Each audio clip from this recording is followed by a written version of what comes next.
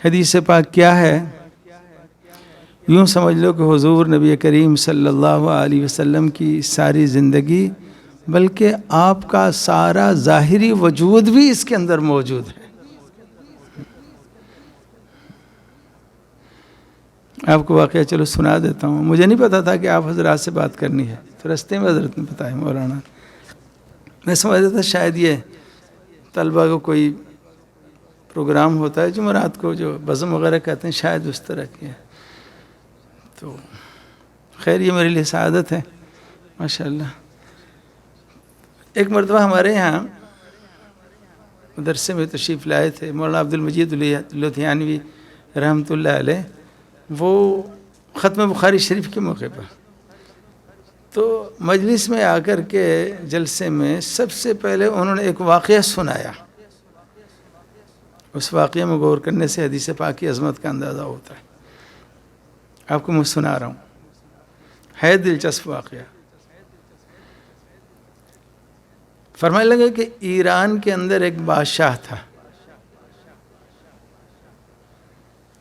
بادشاہوں کا کام ایسا ہی ہوتا ہے، کبھی کچھ کرتے ہیں کبھی کچھ کرتے ہیں۔ وہ بیٹھا بیٹھا کچھ سوچ رہا تھا، اچانک اس کے ذہن کے اندر فارسی کے شعر کا ایک مصرع آ گیا۔ ایک مصرع، پورا شعر نہیں، ایک مصرع۔ وہ مصرع کیا تھا؟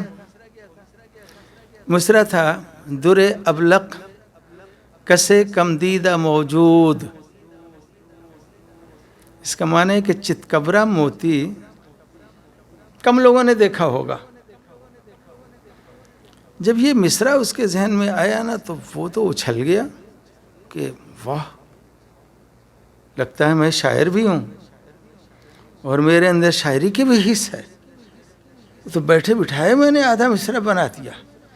وہ خیال ہوا کہ ایک مصرع اور بنا دیتا ہوں، پھر کیا ہوگا، صبح اعلان کر دیں گے کہ ہمارے بادشاہ سلامت شاعر اسلام بھی ہیں اور شاعر ایران بھی ہیں، کچھ بھی کہہ دیں گے، اعلان کر دیں گے۔ تو وہ زور لگاتا رہا لیکن دوسرا مصرع اس سے نہیں بنا۔ ایک مصرع تیار، در ابلق کسے کم دیدہ موجود۔ کہنے لگا کوئی بات نہیں، صبح جب دربار میں بیٹھوں گا تو شاعروں کو بلاؤں گا، اور ہمارے ہاں بڑے بڑے شاعر، واقعی ایران کے بڑے بڑے شعراء فارسی، ان کو بلاؤں گا، کسی کو کہوں گا بھئی یہ مصرع ہے، شعر مکمل کر دو اور میرے نام منسوب کر دو تاکہ میں بھی شاعروں کے صف میں کھڑا ہو جاؤں، میرا نام بھی کل سے شاعر پکارا جائے۔ تو صبح اس نے بلا لیا کافی سارے شعراء کو، وہ سارے آ گئے۔ اس نے اپنا مدعا پیش کیا کہ بھائی میں نے ایک مصرع بنایا ہے، تو آپ جو ہے ایک مصرع اور لگا دو تاکہ ایک شعر ہو جائے، تاکہ میں بھی شاعر شمار کیا جاؤں۔ تو انہوں نے کہا کہ بادشاہ سلامت، آپ فرمائے تو صحیح، یہ کوئی مشکل کام ہے، ہم تو پوری غزل تیار کر دیں گے، آپ مصرع پیش کریں۔ مصرع طرح اور غزل، اس پر ایک بات یاد آئی۔ جب میں چھوٹا سا تھا نا، ثانیہ سال سے ہم پڑھتے تھے، تو شاعری کا بڑا شوق، ویسے ہندوستان کے اندر شاعری کا بڑا رواج تھا، ہم بھی مدرسے سے بھاگتے تھے، مشاعرہ کہیں ہوتا تھا، بعد میں پکڑے جاتے تھے، پٹائی بھی ہوتی تھی، پھر اس میں شرمانے کی کیا بات ہے۔ تو وہاں اس طرح کے مشاعرے ہوا کرتے تھے، بڑے بڑے ہندوستان کے شعراء آتے تھے۔ ایک مشاعرے کے اندر جب ہم گئے تو پتہ لگا کہ یہ مشاعرہ ہے مصرع طرح کا، یعنی 60-70 شعراء آئے ہوئے ہیں، عورتیں بھی مرد بھی، اور جو انتظامی کمیٹی ہے اس نے ایک مصرع دینا ہے یا ایک شعر دینا ہے، اور ٹائم دیا جائے گا، پونا گھنٹہ یا 1 گھنٹہ یا کچھ زائد، اور سب نے اس مصرعے کو سامنے رکھتے ہوئے پوری غزل بنانی ہوتی ہے۔ تو اس میں ہم شریک تھے۔ خیر اس کا مصرع طرح تھا، سنا دوں آپ کو، گزر گئی شب ہجرا خدا خدا کر کے، یہ مصرع طرح دیا تھا۔ پھر وہ بہت اچھے اشعار انہوں نے پیش کیے، اور بعض شعراء نے تو بہت اچھی غزل۔ خیر تو بادشاہ جو تھا نا ایرانی، اس کو کہا شعراء نے کہ حضور یہ کوئی مشکل کام تھوڑی ہے، آپ فرمائے تو صحیح، آپ اپنا مصرع پیش کریں، ہم تو پوری غزل بنا کے آپ کو سنا دیں گے۔ اس نے پیش کر دیا، لو در ابلق کسے کم دیدہ موجود۔ تو جتنے شاعر تھے نا وہ سارے کے سارے سر کھجا رہے ہیں، یا اللہ یہ کیا مصرع ہوا، چتکبرا موتی بہت کم لوگوں نے دیکھا ہوگا، یہ کوئی شعر ہے؟ کوئی مقصد والا مصرع ہوتا تو ہم کوئی اور شعر بنا دیتے۔ اللہ کی شان، شام ہو گئی، کسی سے بھی وہ اس کا شعر مکمل نہیں ہوا، شام ہو گئی، اس کو بہت غصہ آیا، کہتا تم لوگ ہو ہی نالائق قسم کے، صرف مشہور ہو کہ بڑے بڑے شاعر ہو، میں کہیں اور سے ہی مصرع اپنا شعر مکمل کراؤں گا۔ چنانچہ دوسرے ہی دن اس نے جو ہے کچھ سوار تیار کیے اور باقاعدہ حکومتی سطح پر اپنا یہ مصرع جو ہے رومال کے اندر لکھوایا اور ہندوستان بھیجا کہ ہندوستان جاؤ، دہلی جاؤ، وہاں بڑے بڑے شاعر حضرات ہیں۔ بادشاہوں کا مزاج تو ایسے ہی ہوتا ہے، جس بات پر آ گئے تو اس کو کرنا ہے۔ چنانچہ اس نے جو ہے ایک پورا رسالہ بھیجا کئی افراد کا ہندوستان، وہاں بادشاہ سلامت کو میرا سلام کہو اور ان سے یہ گزارش کرو، میرا خط بھی، میرا سلام بھی پیش کرو۔ وہ آیا، چنانچہ وہ لوگ آئے ہندوستان۔ اتفاق سے ہندوستان کے اندر مغلیہ دور ہے اور اورنگزیب عالمگیر رحمۃ اللہ علیہ کی سلطنت و حکومت ہے۔ شام کو یہ لوگ پہنچیں تو مشہور ہوگا کہ ایرانی بادشاہ کے نمائندے آئے ہیں، وہاں سے کچھ خاص پیغام لے کر کے۔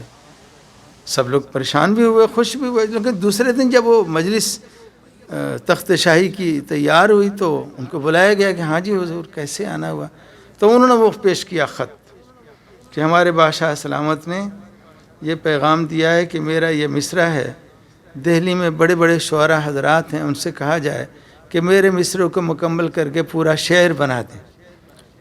تو اس نے کہا کہ یہ کوئی مشکل کام نہیں، بڑے بڑے شعراء حضرات ہمارے یہاں ہیں، ہم شام والی مجلس میں شعراء کو بلا دیتے ہیں تو ہو جائے گا۔ اتفاق سے شام کو جو مجلس ہوئی دہلی کے اندر تو بڑے بڑے شعراء آ گئے دہلی کے، ان کے سامنے پیش کیا، کوئی ایرانی بادشاہ نے یہ مصرع پیش کیا، آپ لوگ اس کو مکمل کر دو تاکہ پورا شعر بن جائے۔ انہوں نے بھی کہا کہ یہ کوئی مشکل کام نہیں، آپ بتائیں۔ پیش ہوا، در ابلک کسے کم دیدہ موجود۔ تو وہ سارے شعراء کہتے ہیں یہ کیا بات ہوئی، یہ کوئی مصرع ہے، اس پر کیسے شعر مکمل کریں، پریشان ہو گئے۔ اتفاق یہ ہے کہ وہ بھی مجلس ختم ہو گئی، کسی سے وہ شعر مکمل نہیں ہوا۔ بہت افسوس ہوا عالمگیر کو۔ خیر رات ہوگی، خیال ہوا کہ صبح لکھنؤ والوں کو بلائیں گے، وہاں کے بڑے بڑے شعراء ہیں۔ خیر جب شام ہو گئی، جب بادشاہ سلامت گھر میں داخل ہوا تو اس کی ایک ہمشیرہ تھی زیب النساء، اس نے بھائی کا چہرہ دیکھ کر کے اندازہ کر لیا کہ کوئی نہ کوئی بات ہے آج، تو پوچھا بھائی خیریت تو ہے؟ کہنے لگے خیریت کہاں ہے، ایک مصرع اس نے بھیجا ایرانی بادشاہ نے، ہمارے سارے شعراء ان سے وہ مصرع مکمل نہیں ہوا۔ تو وہ زیب النساء بولتی ہے کیا مصرع ہے؟ تو سنا دیا انہوں نے، در ابلک کسے کم دیدہ موجود۔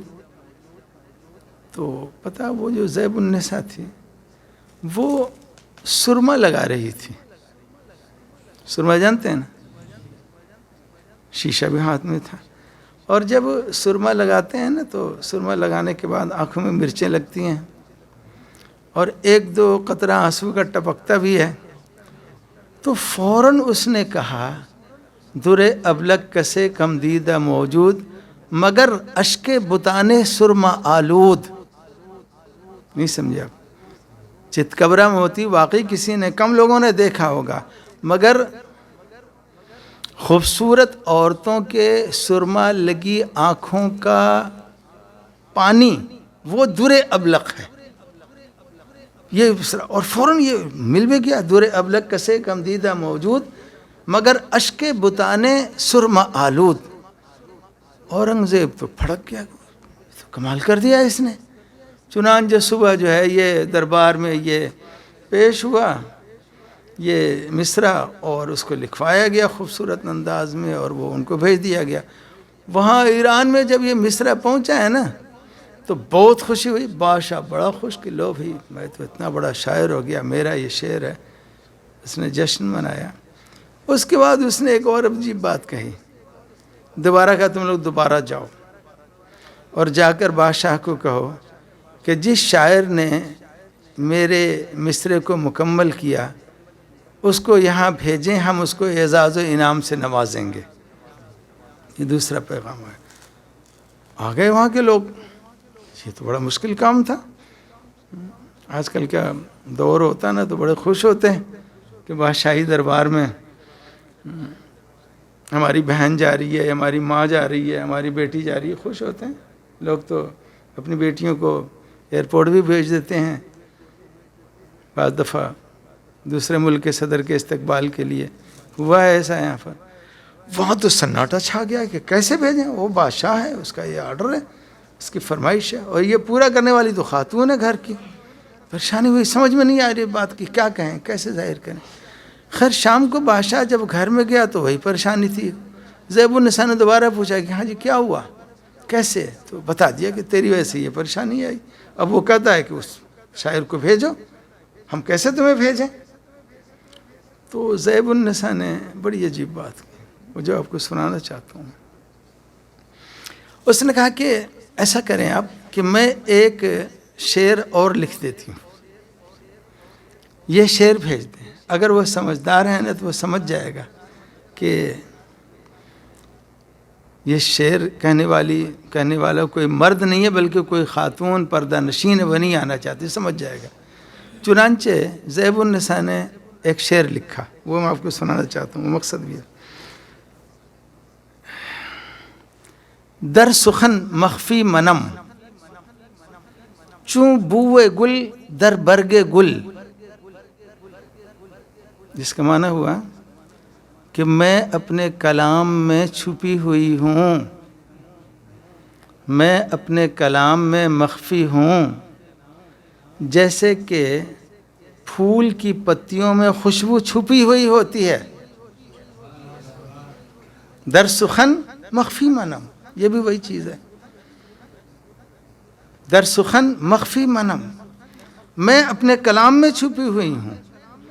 چوں بوئے گل در برگ گل, جیسے کہ پھول کی خوشبو پھول کی پتیوں میں چھپی ہوئی ہوتی ہے.